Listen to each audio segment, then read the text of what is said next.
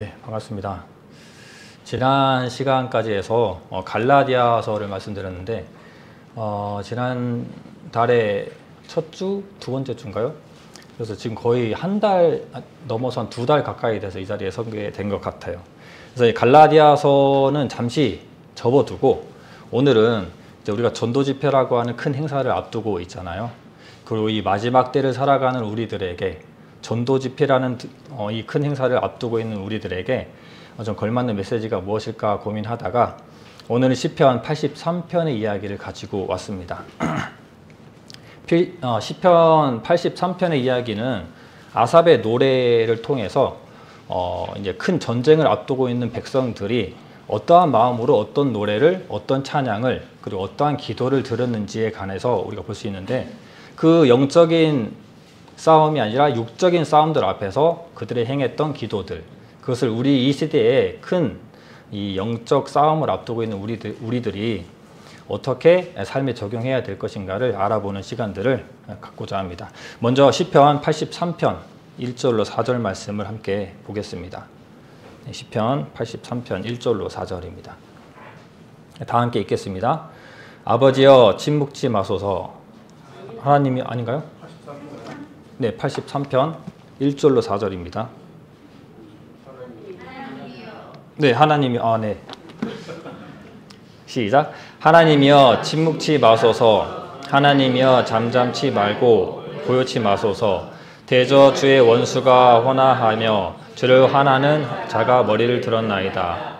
저희가 주의 백성을 치려하여 관계를 꾀하며 주의 숨긴 자를 치려고 서로 의논하여 말하기를 가서 저희를 끊어 다시 나라가 되지 못하게 하여 이스라엘의 이름으로 다시는 기억되지 못하게 하자 하나이다.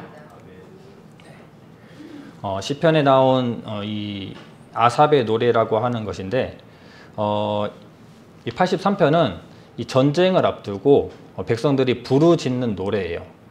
이 정확하게 얘기하면은 아삽의 노래라고 쓰여 있지만 연주를 하다가 즉흥적으로 튀어나온 노래라고 합니다.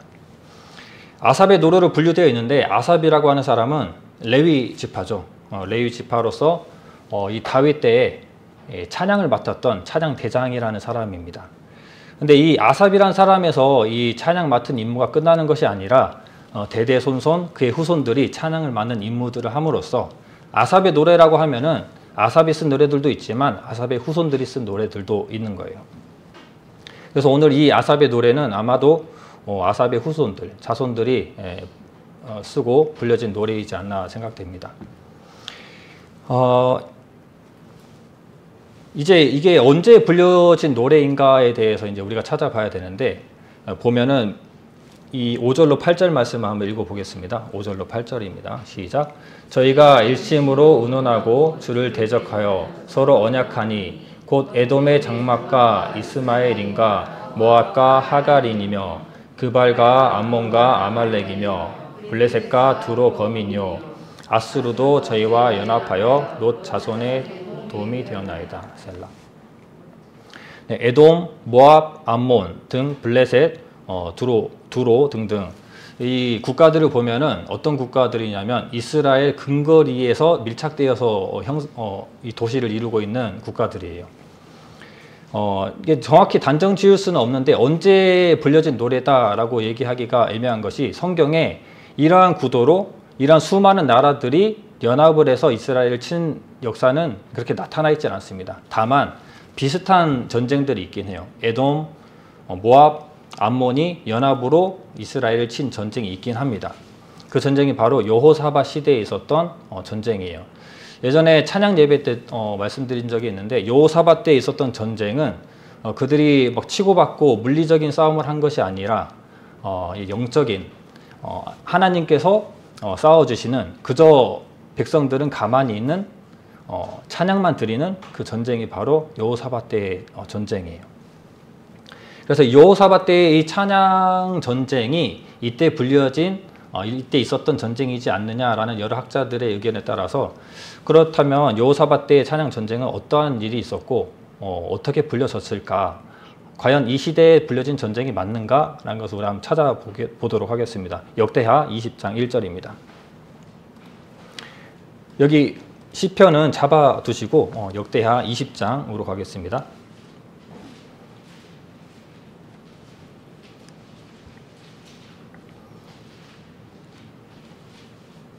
역대하 20장 1절 함께 읽겠습니다. 그 후에 모압 자손과 암몬 자손이 몇 마옷 사람과 함께 와서 여호사밧을 치고자 한지라. 4절도 읽어볼게요. 유다 사람이 여호와께 도우심을 구하려 하여 유다 모든 성읍에서 모여와서 여호와께 간구하더라. 네. 여호사밧 시대에 전쟁이 일어나게 되는데 모든 백성들이 이길 수 없는 전쟁이기 때문에 여호와 앞에 모이게 됩니다. 이때 모압, 암몬, 마온 사람이라고 되어 있는데 이후에 23절에 보면은 이 마온 사람들은 세일상 거민이라고 에돔 사람들을 말하고 있는 거예요. 그래서 이 이스라엘 동쪽이죠. 모압, 암몬, 에돔이라는 사람들이 동맹을 맺고 연합으로서 이스라엘을 치는 전쟁입니다. 근데 이렇게만 해서 이 전쟁이 맞느냐? 뭐 정확하다 아니다 할 게 아니고 내용을 보면은 비슷한 게 있지만 이러한 연합 전선을 꾸렸을 때 이스라엘 백성들이 부를 수 있는 노래라고 받아들이시면 더 좋을 것 같아요. 역대하 20장 13절 14절 네, 제가 읽어드릴게요. 유다 모든 사람은 그 아내와 자녀와 어린 자로 더불어 여호와 앞에 섰더라. 여호와의 신이 회중 가운데서 레위 사람 야하시엘에게 임하셨으니 저는 아삽 자손 mattan야의 현손이요 여이엘의 증손이요 분하냐의 손자요 스갈의 아들이더라. 네. 이때의 전쟁에 좀 특이점이 있어요. 뭔가 군대 장관스럽고 각 지파에서 싸움을 잘하고 믿음이 좋은 사람을 세우는 것이 아니라 하필 레위 사람을 세웁니다. 여호와의 신이 레위 사람에게 임하게 돼요. 야하시엘이라는 사람에게 임하게 되는데 야하시엘이라는 사람은 찬양을 임무를 맡은 아삽의 자손입니다. 이 찬양대 아삽의 자손 아하시엘에게 하나님의 신이 임했다라는 것은 이것은 물리적으로 치고받는 싸움이 아니겠구나라는 생각이 듭니다. 그래서 야하시엘이 굉장히 중요한 얘기를 하죠. 우리가 잘 알고 있는 15절 이 전쟁은 너희에게 속한 것이 아니라 하나님께 속한 것이다 라고 하는 이 유명한 말을 합니다. 레위인에게 택하신 이유는 이 싸움이 이 백성을 나서 싸우는 전쟁이 아니었기 때문이에요. 17절을 읽어보면 이 전쟁에는 너희가 싸울 것이 없나니 항우를 이루고 서서 너희와 함께한 여호와가 구원하는 것을 보라. 유다와 예루살렘아 너희는 두려워하며 놀라지 말고 내일 너희를 마주 나가라. 여호와가 너희와 함께하리라 하셨느니라 하매. 네. 하나님께서 홀로 앞서 가시고 홀로 싸우시는 전쟁입니다. 백성들은 할 게 없었어요. 다만 백성들이 해야 할 것이 있다면 그것은 바로 참여하여서 서서 바라보는 것입니다. 자, 13절에 보면 유다 모든 사람들이 두려워하면서 하나님 앞에 나왔다고 얘기해요. 모든 사람들이 그 두려움 때문에 하나님 앞에 나와왔고 그 전쟁 가운데 모든 사람들이 와서 주님 앞에 서서 하나님의 전쟁을 바라봤습니다. 22절에 보면 그들이 주님을 신뢰하고 나아가서 주님을 높이고 찬양 드릴 때 그때 주님께서 이방 적군들을 쳐서 물리쳐 주시는데 어떻게 싸우느냐? 하나님께서 뭐 벼락을 내리고 뭘 내리고 하는 것이 아니고 적들끼리 싸우게 하십니다. 물론 이제 혼란스럽게 만들었겠죠. 어떻게 싸우느냐면 23절에 나옵니다. 곧 암몬과 모압 자손이 일어나 세일상 거민을 쳐서 멸하고 세일 거민을 멸한 후에는 저희가 피차 살육하더라. 이 싸움은 그냥 서서 바라보는 거예요. 바라보고 찬양 드리니까 하나님께서 임하셔서 모압, 암몬이 먼저 에돔을 칩니다. 에돔이 다 죽었잖아요. 모압과 암몬이 서로 치고받고 싸우는 그야말로 손 안 대고 코 푸는 그런 전쟁이었어요. 근데 왜 이런 싸움들이 되었을까? 실제로 시편 83편에서처럼 노래했다면은 그 노래가 성취된 겁니다. 시편 83편에 그렇게 노래해요. 시편 83편 시편 83편 9절입니다. 시편 83편 9절. 주는 미디안인에게 행하신 것 같이 기손 시내에서 시스라와 야빈에게 행하신 것 같이 저희에게도 행하소서. 그들이 그 수많은 연합군들, 그 근거리 국가들이 단체로 전부 동맹을 맺고 그 나라를 치려고 할 때 굉장히 이제 절망적이잖아요. 이길 수 없는 두려운 싸움인데 그 앞에서 시편 83편을 노래했다라고 하는 것. 근데 그 가운데 이러한 사사기의 내용들이 나왔다라고 하는 것은 사사시대의 역사를 이루어 달라고 노래한 것입니다. 상세하게 말하면 사사시대의 모든 시대를 언급한 것이 아니고 사사시대 중에 정말 특이한 전쟁들, 그리고 핵심이 되는 그 전쟁들을 말하고 있는데 바로 드보라 시대 때의 전쟁과 기드온 시대의 전쟁을 꼬집어서 말하고 있어요. 그 노래에서 백성들이 외치고 바라는 대로 이루어지게 되는 것이 바로 적군들이 서로 싸우게 되는 배경들입니다. 과연 그렇다면 좀 더 상세하게 들어가서 시편 83편에서 요사밧의 전쟁이라고 하는 역대기의 전쟁 속에서 그 전쟁에서 이 찬양 가운데 들어지는 이 노래 가운데로 들어가서 사사기로 들어간다면 사사기로 다시 우리가 찾아봐야 되겠죠. 기드온 300 용사에 관한 이야기, 사사기 7장에 관한 내용을 우리가 좀 살펴보겠습니다. 사사기 7장 22절입니다. 오늘은 전쟁의 한 3가지의 전쟁을 다룰 것이기 때문에 성경을 굉장히 많이 찾아볼 예정이에요. 사사기 7장 22절입니다.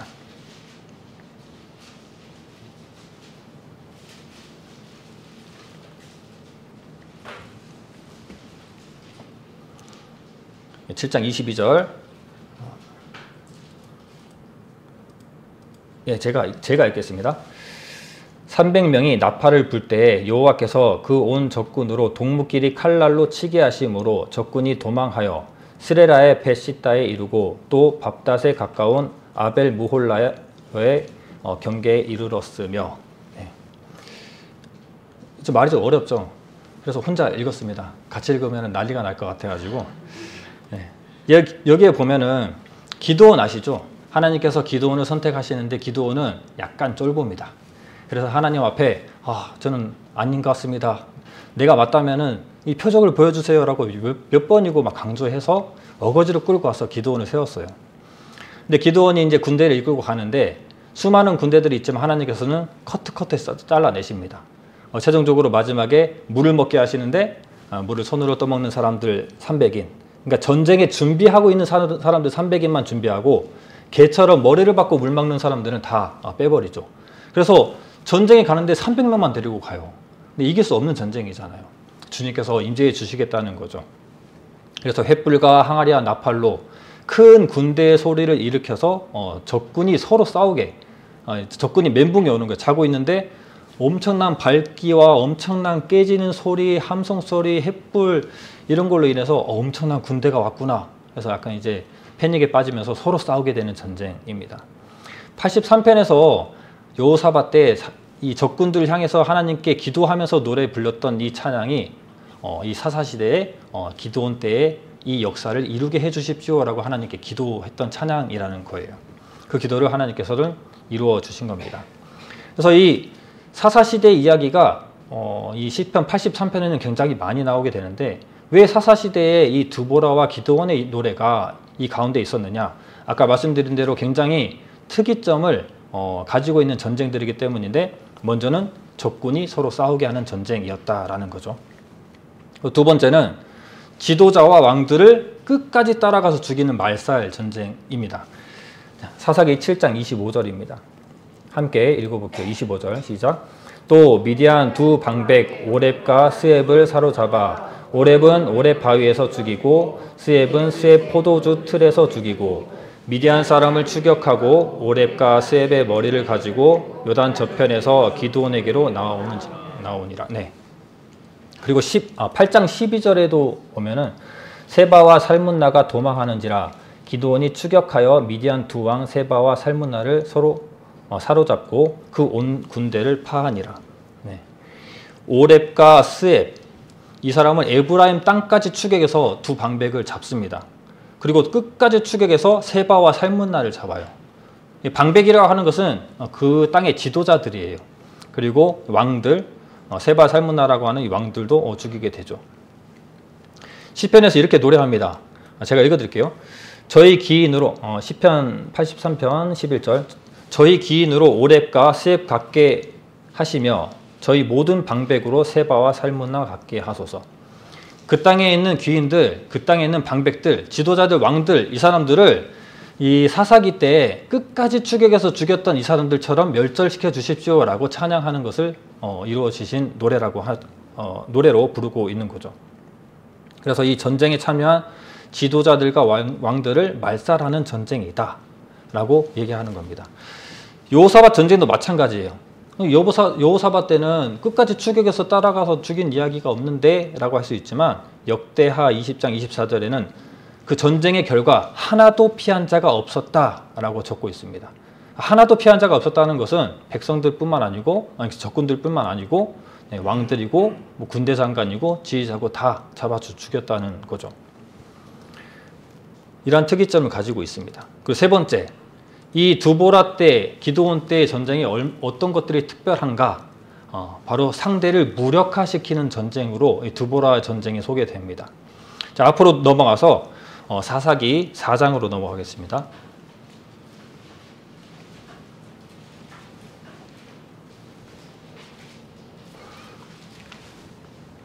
이 4장 15절입니다. 함께 읽겠습니다. 여호와께서 바락의 앞에서 시스라와 그 모든 병거와 그 온 군대를 칼로써 쳐서 패하게 하심에 시스라가 병거에서 내려 도보로 도망한지라. 네. 이 두보라 때 전쟁도 굉장히 좀 뭔가 이 여자 사사잖아요. 근데 여자 사사가 그가 이끌지 않고 바락이라고 하는 쫄보 남자를 세웁니다. 네. 약간 이때 남자들이 약간 그런 게 있어요. 그래서 이 남자를 세우는데 두보라 당신과 가는 게 좋겠습니다 하고 전쟁에 나가게 되는데 그 전쟁도 이기기에는 좋은 형편이 아니었어요. 어떤 전쟁이냐면 상대는 가나안 땅에 하솔 왕 야빈이 이끄는 하솔의 군대가 있었고 그 군대 장관은 시스라라고 하는 군대 장관입니다. 근데 이 군대가 얼마나 강하냐면 철병거가 굉장히 많아요. 그렇다면 이스라엘은 무기가 별로 없기 때문에 어디에서 싸워야지 승산이 있냐면 골짜기나 산지에서 게릴라전을 해야 되겠죠. 그런데 이들이 어디에서 싸우게 되냐면 5장 19절에 보면 무기또 다안악이라고는 물가 지명이 나옵니다. 이 이스라엘 지도를 보면 아시겠지만 요단강 서편에 참 특이한 큰 평야가 하나 있어요. 바로 무기또라고 하는 평야인데 이곳이 바로 전쟁에 좀 자주 일어나는 지역입니다. 근데 이 백성들이 무기도 없는데 철병거가 오는 그 싸움을 굳이 평지에서 할 필요가 없는데 하나님의 말씀에 따라서 그곳에 갔겠죠. 근데 이 전쟁에서 어떠한 일이 발생하느냐? 사사기 5장 21절 기송강은 그 무리를 표류시켰으니 이 기송강은 옛강이라 내 영혼아 내가 힘 있는 자를 밟았도다. 기송강물이 넘쳐서 물로써 쓸어버리고 후에는 평지를 적시고 수많은 철병거들이 빠져나오지 못하고 고립되어 버립니다. 상대가 이 물적 자원들을 잃어버리는 상대를 아주 무력화시켜버리는 전쟁이에요. 싸우고 도망쳤다면 철병거를 다 끌고 갔다면 또 언제고 돌아옵니다. 하지만 상대의 무기를 무력화시켜놨다 라고 하는 것은 다시 돌아오는 싸움은 굉장히 좀 더 멀리 가게 되겠죠. 상대를 무력화시키는 전쟁이 두보라 때 일어나는데 이 노래를 시편 83편 9절에 하고 있어요. 기손 시내에서 시스라와 야빈에게 행한 것 같이 저희에게도 행하소서. 잠깐만 이기는 전쟁이 아니라 지도자, 왕도 멸절했으면 좋겠고 그 전쟁이 일어나지 않게 전쟁 물적 자원도 다 훼손시켜버렸으면 좋겠다라고 하는 전쟁입니다. 전쟁을 완전하게 이겨버렸으면 좋겠다는 거예요. 왜냐하면은 한 국가 싸우는 것도 이미 지치지만 이 이스라엘 기준에서는 먼 국가가 전쟁하러 오는 것도 두렵지만 근거리 국가들이 굉장히 신경 쓰이거든요. 근데 근거리 국가들이 모든 국가들이 동맹을 맺고 쳐들어온다는 것은 저들을 말살시켜버리고 완전히 전쟁에서 싹을 잘라버리는 것이 그들의 노래와 기도에서 바랬다는 거예요. 그런 기도가 들어질 수밖에 없겠죠. 전쟁을 좀 그만했으면 좋겠다라는 마음들이 있었기 때문입니다. 그래서 이 두보라 시대의 전쟁 중 상대를 가장 무력화시킨 주님의 인재를 콕 꼬집어서 얘기하고 있는 겁니다. 자, 이렇게 얘기하면은 이 두 전쟁들, 사사기 시대의 이 전쟁, 그리고 여호사밧 시대의 전쟁, 그리고 이 두 전쟁을 보면은 뭔가 이 전쟁이 마치 성경에서 도드라지게 나타난 전쟁이 없다면 혹시 지금 시대에 나타나고 있는 전쟁이지 않을까라는 추측이 좀 들기도 하시죠. 그래서 시편 83편은 좀 특이하게도 이것은 예언의 노래다라고 주장하는 사람들이 굉장히 많습니다. 시편의 83편의 내용이 곡과 마곡 전쟁을 준비하기 위한 준비 전쟁으로서 시편 83편이 준비될 것이다 라고 외치는 사람들이 굉장히 많아요. 그런데 그것이 지금 이루어지고 있는 모습들을 보게 됩니다. 그래서 이것이 맞다 아니다를 떠나서 제가 이것을 좀 설명시켜 드리고 싶은 것은 여러 가지 타당성이 있기도 하고, 그리고 시대적으로 이러한 전쟁이 나타난다면 우리가 시편 83편의 기도와 찬양을 드려야 될 때다라고 강조하기 위해서 지금 시대에 한번 맞춰보려고 합니다. 자, 이 국가들, 아까 언급드렸던 이 시편 83편에서 말하고 있는 국가들은 지금 그들이 연합으로 혹은 개별로 이스라엘과 싸우고 있는 수많은 국가들과 동일합니다. 물론 요르단 같은 경우는 중동 전쟁으로 이미 앞서서 싸워버렸고 이미 평화적 관계가 이루어진 상태예요. 그런데 나머지는 이제 전쟁 중이고 분쟁 중이고 약간 작은 싸움들이 계속 오가고 있는 상황입니다. 자, 시편 83편으로 다시 넘어오겠습니다. 시편 83편 6절로 8절 말씀. 아까 읽었으니까 제가 이 국가들만 설명을 해드리겠습니다. 에돔, 모압, 암몬, 이스라엘 요단 동편에 있는 국가들이죠. 바로 요르단이라는 국가입니다. 아까 말씀드린 대로 이미 이제 굴복을 해버린 상태고 평화 관계에 들어간 국가입니다. 두로, 레바논이죠. 그리고 거기에는 헤즈볼라라고 하는 악한 세력이 있죠. 그리고 블레셋, 지금 팔레스타인 땅이죠. 거기에는 하마스라고 하는 악한 사람들이 있습니다.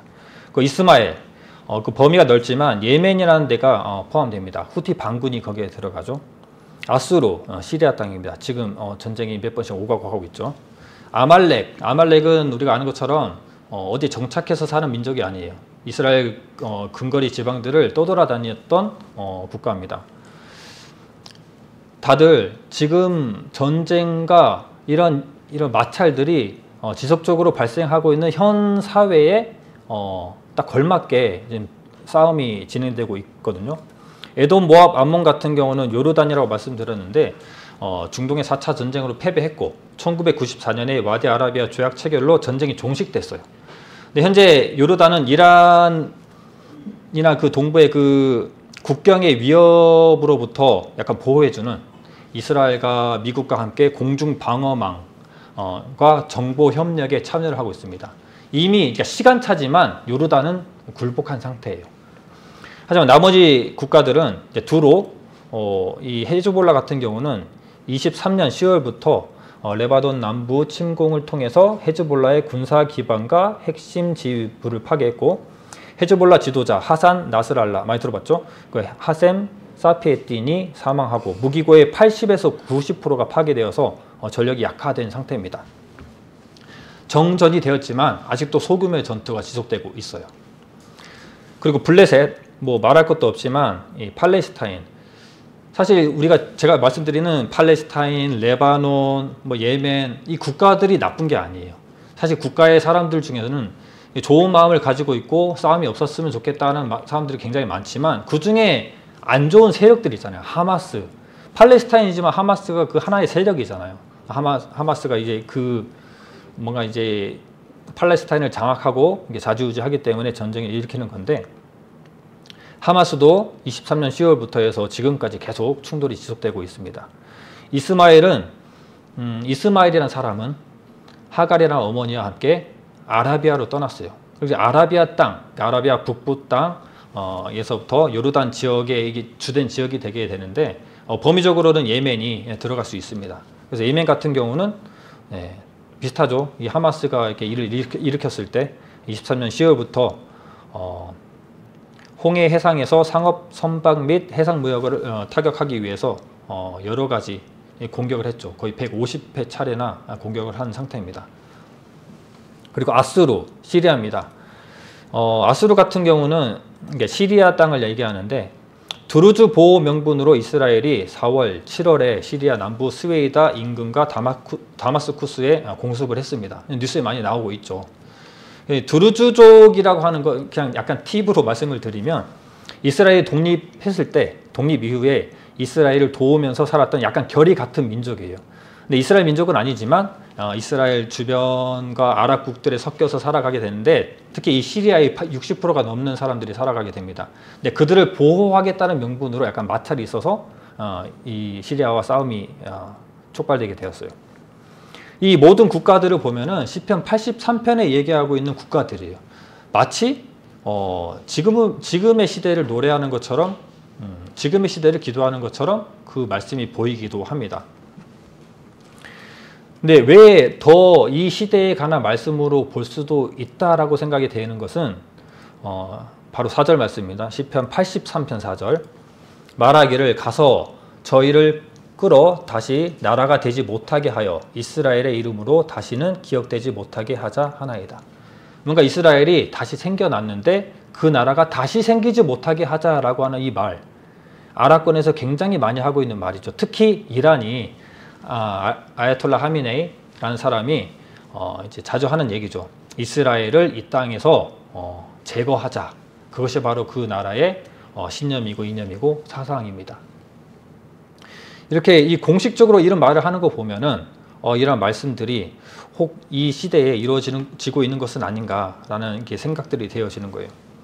근데 앞서 여러 국가들을 말씀드렸지만 이 국가들은 이스라엘 근거리 국가들이에요. 밀착되어 있는, 땅에 붙어 있는 국가들이 굉장히 많습니다. 네, 정확히 말하면 이 국가들과 이스라엘의 싸움이라고 볼 수 있지만 정확히 얘기하면 그 배후가 이란과 터키의 경우가 굉장히 많습니다. 따지고 보면 이란과 이스라엘의 전쟁인데 뭔가 간접적인 전쟁들이 진행되고 있는 것이죠. 그래서 이란은 드러나지 않고 간접적인 전쟁을 하고 있는 상황. 이것이 이미 언론이 다 이렇게 말하고 있는 내용들이죠. 근데 어떻게 또 이것을 시편 83편의 내용이 현 시대의 전쟁으로 볼 수 있는가? 사실 성경에는 반복해서 성취하는 이중 성취들이 또 있습니다. 그 예언의 성취는 그림자와 실현의 그림으로 자주 나타나는데 오늘 본 시편 83편의 내용은 이스라엘을 둘러싼 근거리 국가들과의 전쟁을 보여주고 있는데 그 전쟁 가운데 여호사밧의 전쟁이 될 수도 있고 혹은 지금의 시대의 싸움이 될 수도 있고 둘 다 아닐 수도 있고 둘 다 맞을 수도 있습니다. 근데 제가 아까 말씀드린 대로 중요한 것은 이러한 구도로 전쟁이 일어날 때 그들이 드렸던 찬양은 우리가 시대적으로 참고해 볼 만하다는 거죠. 그리고 이 노래가 이 작금의 시대, 지금의 시대의 노래라고 볼 수 있는 몇 가지가 있는데 시편 83편 때 여호사밧 왕 때 전쟁을 말하는 것이다. 아니다. 현 시대 예언지다. 라는 이 주장들이 굉장히 팽배해요. 그런데 이 학자들이 얘기하는 가장 큰 좀 납득이 될 만한 이야기 중에 하나는 곡과 마곡의 전쟁이 있기 전에 시편 83편의 말씀이 이루어져야 그 전쟁의 구도가 그려진다는 겁니다. 자, 이 분명한 것은 시편 83편의 구도로 전쟁이 일어나고 있다는 것, 그리고 이 하나님께서 그 찬양과 같은 그 기도를 들으시고 그 외침을 들으시고 성취하고 계시다는 것, 그리고 그 전쟁의 모습들을 보면은 현 시대의 전쟁의 모습과 비슷합니다. 적군의 방백과 왕을 말살하는 전쟁. 이스라엘이 지금 그런 전쟁을 하고 있잖아요. 지도자들을 말살하고 주요 인물들을 타겟으로 정하고 죽이는 전쟁들을 하고 있잖아요. 그것도 이스라엘의 전쟁을 보면은 공중망을 잡아서 장악해서 무기고들을 다 박살내고 비행기가 못 뜨게 함으로써 상대의 이 전쟁 물자들을 박살내는 전쟁을 실제로 하고 있습니다. 그리고 곡과 마곡 전투를 저희가 전도 집회 때 설명한 적이 있는데 곡과 마곡 전쟁의 구도를 보면은 이스라엘 근거리 국가들이 아무도 없어요. 다 터키, 이란, 여러 국가들 있잖아요. 러시아. 근거리 국가들과 마찰이 가장 많은데도 불구하고 근거리 국가들이 다 빠지고 멀리 있는 큰 국가들과의 싸움이 바로 곡과 마곡의 싸움입니다. 참 희한하죠.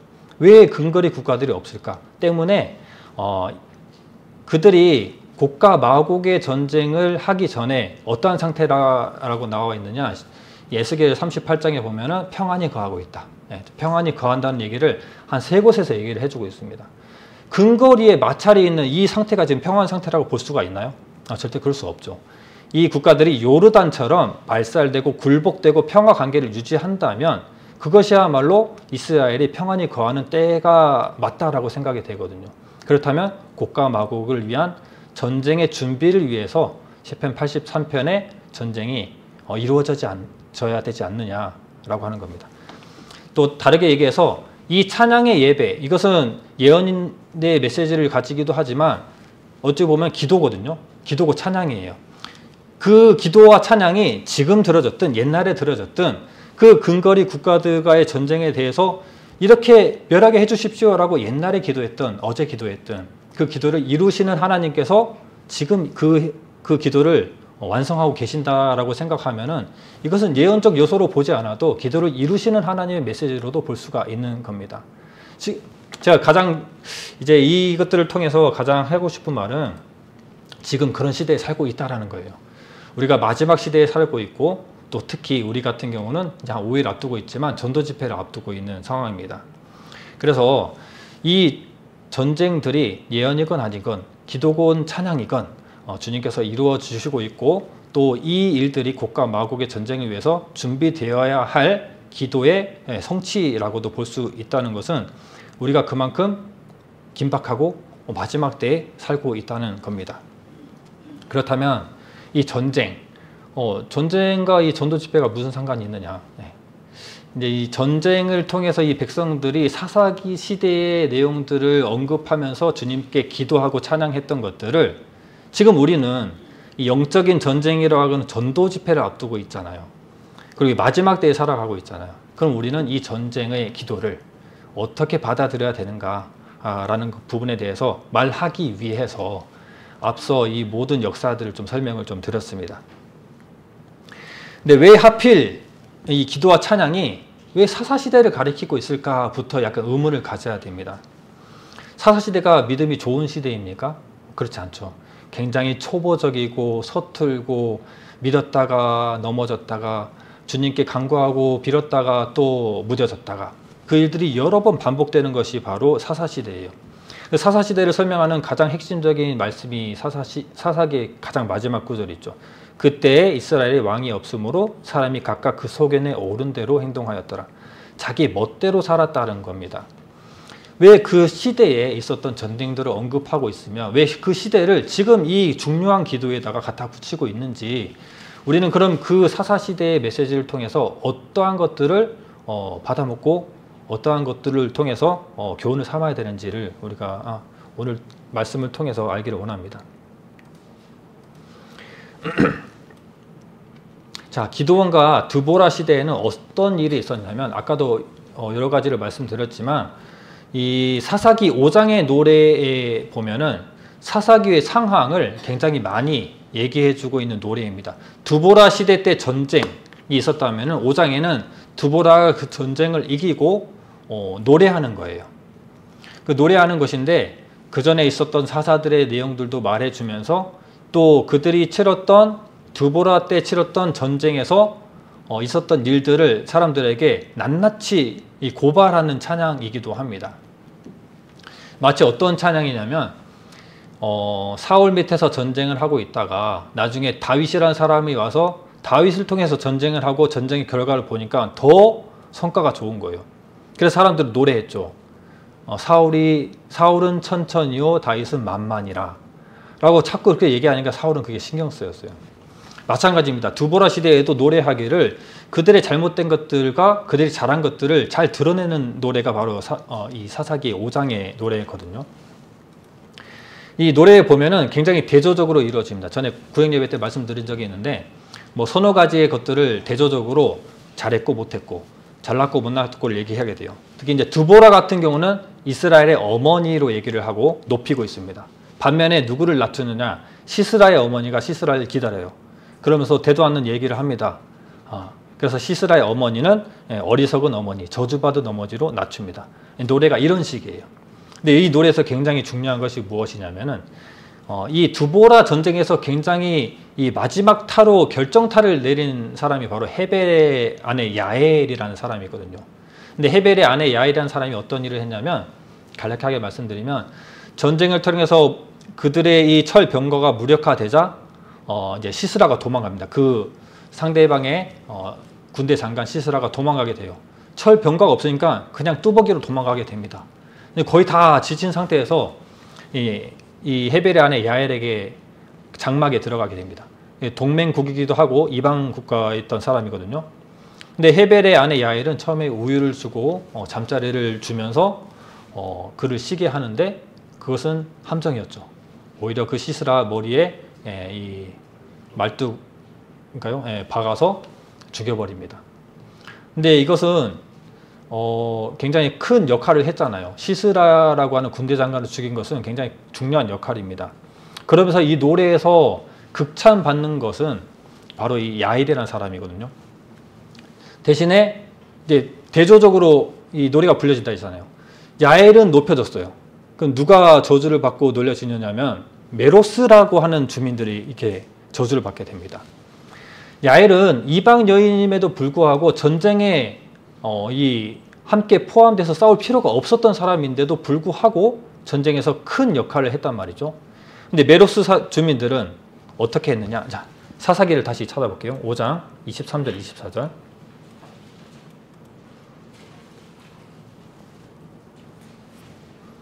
사사기 5장 23절 24절입니다. 자, 함께 읽겠습니다. 여호와의 사자의 말씀에 메로스를 저주하라. 너희가 거듭 그 거민을 저주할 것은 그들이 와서 여호와를 돕지 아니하며 여호와를 도와 용사를 치지 아니함이니라 하시도다. 겐 사람 헤벨의 아내 야엘은 다른 여인보다 복을 받을 것이니 장막에 거한 여인보다 더욱 복을 받을 것이로다. 예. 이때 전쟁을 승리했지만 이제 치명적으로 우리 시대에 찌르는 메시지가 있는 겁니다. 바로 그것은 그 시대의 전쟁에 적극적으로 참여했냐 안 했냐를 따지고 있는 거예요. 이 드보라의 노래라고 하는 5장의 내용은 그렇게 긴 구절이긴 하지만 그 중에서 굉장히 큰 범위를 차지하고 있는 부분이 뭐냐면 누가 참여했냐 누가 참여하지 않았냐예요. 그래서 야엘이라는 여인은 적군의 동맹국에 속해 있지만 전쟁에 참여로서 높임을 받았어요. 하지만 이 메로스라고 하는 주민들은 어디 주민들인지 모르지만 전쟁에 참여하지 않아서 저주를 받게 됩니다. 근데 이뿐만 아니에요. 이뿐만 아니라 이 앞 9절에 보면 14절로 18절에 보면은 이스라엘 백성인데도 불구하고 모든 이스라엘 백성들이 전쟁에 참여하지 않습니다.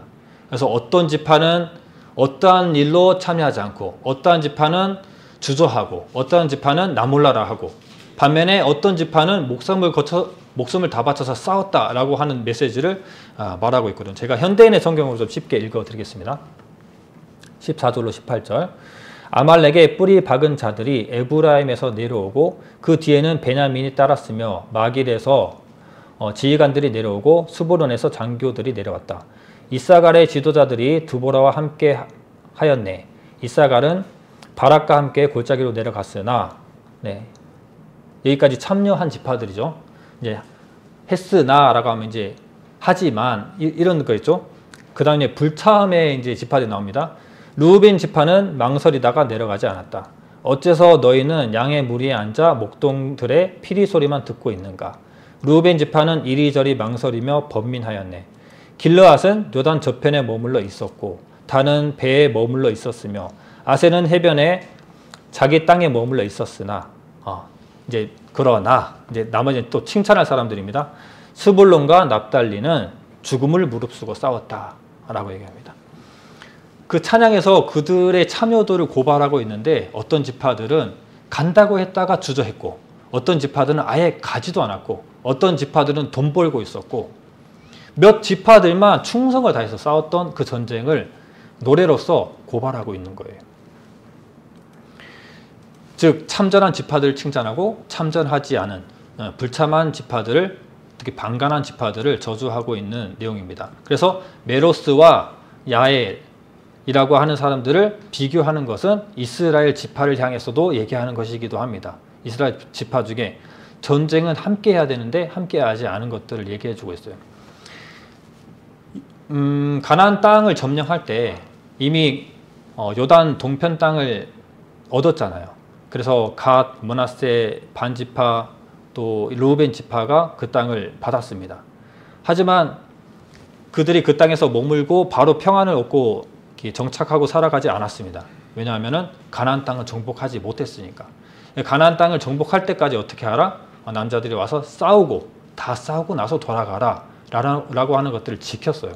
그래서 하나님께서 이 전쟁을 향해서 말씀해 주시는 것은 모두가 참여해서 싸우라는 겁니다. 근데 모두가 참여해서 싸우지 않고 이렇게 사사기는 어떻게 되냐? 자기 돈 벌 일 하고 있고 간다고 했다가 망설이고 있고 뭔가 흐지부지 참전하고 있고 그런 모습들이 많이 나타나고 있다는 거예요.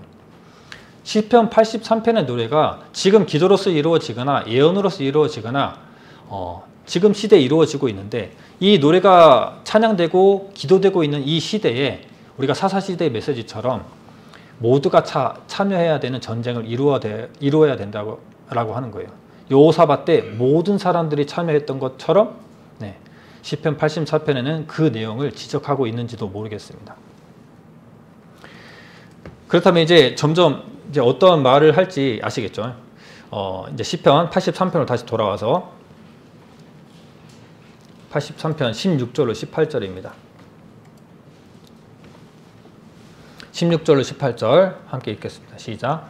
여호와여 수치로 저희 얼굴에 가득해 하사 저희로 주의 이름을 찾게 하소서. 저희로 수치를 당하여 영원히 놀라게 하시며 낭패와 멸망을 당케 하사 여호와라 이름하신 주만 온 세계의 지존자로 알게 하소서. 혹자는 이렇게 얘기할 수도 있어요. 어떻게 그 시대의 전쟁이 지금의 전도 집회에 비유할 수 있습니까? 너무 과합니다 라고도 얘기할 수 있을 겁니다. 하지만 지금 우리가 뭐 전쟁을 하고 있는 건 아니잖아요. 물론 전쟁은 전쟁으로서 우리가 받아서 볼 수 있는 메시지이기도 하지만 전쟁을 치르고 있지 않는 우리들에게는 영적인 전쟁인 큰 행사, 이런 전도 집회들이 우리에게 전쟁이 될 수도 있습니다. 왜냐하면 방금 읽었던 내용이 그들의 이 시편 83편에서의 나타나는 이 마지막 때의 영적인 전쟁을 두고 메시지를 주고 있는 듯한 모습이거든요. 왜냐하면 그들이 전쟁을 치렀을 때 결과적으로 무조건 이겼으면 좋겠고 말살됐으면 좋겠고 적군이 다 죽었으면 좋겠다는 말을 하겠죠. 그런데 희한하게도 여기에 보면은 그 전쟁의 결과 어떻게 되기를 원하느냐? 그들이 하나님의 이름을 알기를 원합니다.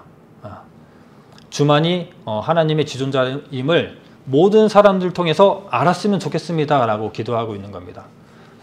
이런 면으로 봤을 때 이것은 우리가 행하고 있는 영적인 전쟁과 다르지 않습니다. 그런 목적이라면 기도의 결론이 그런 목적으로 끝난다면 그것은 우리가 행하는 전도 집회와 솔직히 다를 바가 없죠. 전도 집회는 영혼 구원을 위한 영적 전쟁이라고 말할 수 있어요.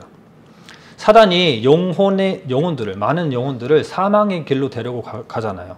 그 수많은 사람들을 구하기 위해서 우리는 사명을 받았고 그 사명을 위해서 애쓰고 있는 모습들 중에 가장 큰 행사가 바로 이 전도 집회라고 하는 거거든요. 그래서 이 사단이 끌고 가는 그 영혼들을 구하기 위한 무기로는 사랑과 복음이라는 것을 사용해서 싸우는 영적인 싸움입니다. 그 한 영혼 한 영혼을 돕는 이 모임, 또 모이는 것, 이것을 방관할 수 없는 것은 이게 바로 연합전선을 이루어야 되는 메시지이기도 하기 때문이에요. 그래서 주님의 이름을 찾기 위해서 주님의 이름을 알리기 위해서 주님의 이름을 찾기 위한다는 그 전쟁의 결론, 시편 83편의 결론에 보면은 전쟁은 당연히 고통과 수고와 아픔을 남깁니다. 하지만 결국 주님을 찾고자 하는 사람들이 주님을 찾기를 원하고 그리고 주님을 알고자 하는 사람들을 주님을 알기를 원하는 결론으로 끝난다면은 전도 집회도 마찬가지죠. 주님의 이름을 알리기 위해서 이 큰 행사를 하는 것이고 전쟁에 비유했지만 거기에는 당연히 수고와 고난이 동반되기도 합니다. 결국에는 주님의 이름을 찾는 영혼들을 구해내고 그 새로운 영혼들을 통해서 또 기쁨을 느끼게 되죠. 전쟁도 마찬가지입니다. 그들을 통해서 말살되고 멸절하고 이제 전쟁이 안 왔으면 좋겠지만 그들도 주님의 이름을 알았으면 좋겠고 주님을 아는 사람들, 주님을 인정하는 사람들을 통해서 기쁨을 또 누릴 수가 있는 것이거든요.